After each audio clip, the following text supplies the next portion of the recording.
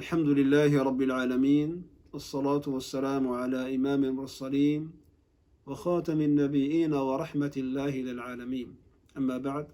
Allah subhanahu wa ta'ala dit dans Surat Muhammad: Ô vous les croyants, obéissez à Allah et obéissez à son messager et n'annulez pas vos actions. Ce verset coranique de cette sourate qui s'appelle Surat Muhammad contient deux choses. Contient un ordre et contient également une mise en garde. L'ordre qui se trouve dans ce verset coranique se trouve dans la première partie. C'est l'injonction à obéir à Allah subhanahu wa ta'ala et à son prophète. Car l'obéissance à Allah subhanahu wa ta'ala et l'obéissance à son messager, c'est le chemin vers la réussite, vers la tranquillité, vers le bonheur, et également c'est le chemin vers le paradis. Quant à cette mise en garde se trouve à la fin de ce verset. Et n'annulez pas vos actions, ne rendez pas vaines tout ce que vous avez fait. Il ne faut pas rendre vaine cette obéissance à Allah subhanahu wa ta'ala et également cette obéissance à son messager. Donc c'est une mise en garde contre les actes qui pourront annuler et réduire les bonnes actions, les choses qui pourront rendre les bonnes actions vaines. C'est pour cela qu'il incombe à chaque musulman de tâcher à cette obéissance, l'obéissance d'Allah subhanahu wa ta'ala et à son prophète, et accomplir les bonnes actions. Et en même temps, il doit toujours avoir cette crainte de voir tout ce qu'il a fait comme bonnes actions, comme salat, comme jeûne, comme pèlerinage, comme aumône, de cela pourra donc devenir annulé. Les savants ont beaucoup parlé des choses, des actes qui pourront annuler les bonnes actions, afin que le croyant prenne garde de ces actes et afin de sauvegarder les récompenses.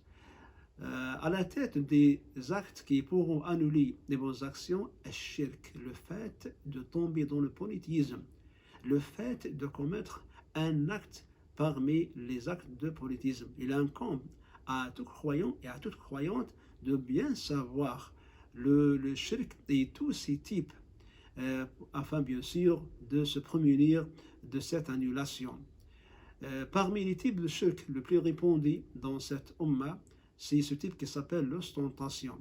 Le fait de faire une bonne action, d'accomplir une bonne action, il s'agit de salat, ou bien d'ilmoul, ou bien de jeûne, ou bien de pèlerinage, en ne cherchant pas le visage d'Allah subhanahu wa ta'ala à travers cette bonne action, mais plutôt on cherche le visage des gens, on cherche à plaire aux gens, et c'est pas à plaire à Allah subhanahu wa ta'ala. Cette ostentation donc réduit, c'est pas réduit, mais plutôt il va démolir les bonnes actions. Dans beaucoup de versets coraniques et beaucoup de hadiths prophétiques, donc il y a une mise en garde contre cette ostentation. Allah subhanahu wa ta'ala nous ordonne toujours, en ce qui concerne l'aqidah, de faire toutes choses, bien sûr, avec l'ikhlas, avec la pureté des dogmes, avec la sincérité, afin qu'on puisse gagner les récompenses. Beaucoup de hadiths, le prophète sallallahu alayhi wa sallam, dans beaucoup de hadiths, nous montrent que le jour du jugement, de grand rassemblement, un ange, un crieur de la part d'Allah subhanahu wa ta'ala dira aux gens de ce grand rassemblement: sachez que Allah, c'est lui qui se passe le plus des associés.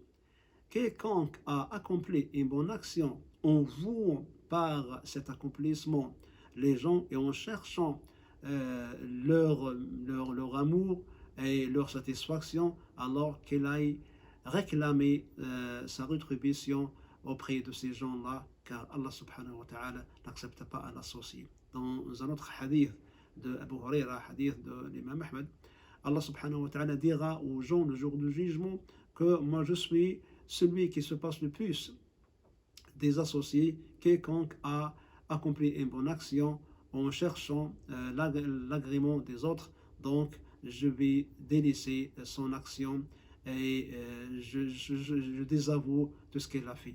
Donc beaucoup de hadiths nous montrent que le croyant doit, en même temps, en accomplissant une bonne action, il doit faire attention de l'ostentation. Il fait partie de cette ostentation, c'est le fait de faire une bonne action, puis on commence à s'en vanter.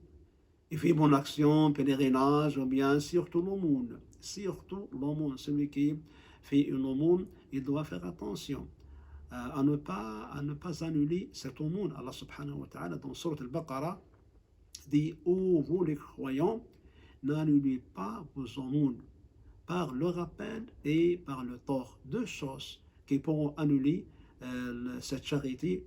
La première chose, c'est le rappel. Il y a beaucoup de gens qui donnent des sadaqas, qui aident les pauvres, puis ils commencent à lui faire un rappel. Rappelle-toi un jour lorsque je t'ai aidé, rappelle-toi un jour tu étais dans le besoin et moi j'étais venu à te secourir. Tout cela, bien sûr, auprès d'Allah subhanahu wa ta'ala, c'était une démolition de cette charité. Et la deuxième chose, c'est le tort. Celui qui donne une aumône à un pauvre, puis il commence à blesser son honneur.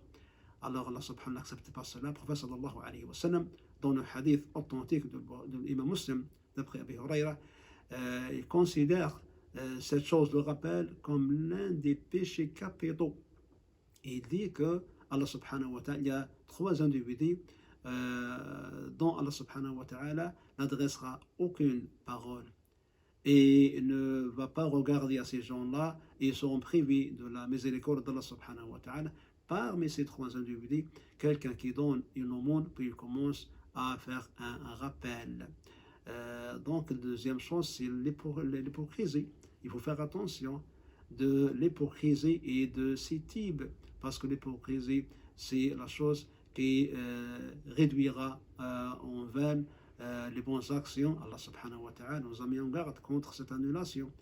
Et il dit que le jour du jugement, dans Surat al-Furqan, le sens que nous avons réduit en poussière tout ce qu'ils ont fait comme bonne action, ou bien comme œuvre. Nous avons réduit en poussière, éparpillé tout ce qu'ils ont fait, parce que ils ont fait tout cela, c'est pas pour chercher le visage d'Allah subhanahu wa ta'ala. C'est pour ça que les sahaba, les compagnons, ils avaient peur de l'hypocrisie, ils avaient peur de tomber dans l'ostentation.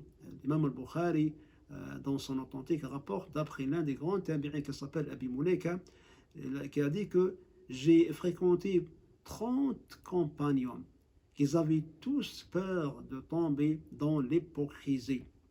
Et parmi les choses qui annulent les bonnes actions, l'injustice, le fait de commettre des injustices, le fait de léser les gens, le fait de porter atteinte à leur honneur, et cela bien sûr se trouve dans le fameux hadith qui s'appelle le hadith de Muflis de Rwini, le hadith qui montre l'homme qui viendra le jour du jugement avec beaucoup de hasanat, beaucoup de prières, beaucoup de jeûnes, beaucoup de pèlerinages, mais il viendra avec tout cela avec beaucoup d'injustice, et le résultat de ce pauvre mec, et il va donner tout ce qu'il a fait comme salat, comme jeûne, comme sadaqa à ses victimes de justice, et il méritera l'enfer et la condamnation dans l'abîme. Nous demandons à Allah subhanahu wa ta'ala pour qu'il nous protège de toute chose qui pourra démolir tout ce que nous avons fait comme bonne action. Amin. Wa akhiru da'wana alhamdulillahi rabbil alamin.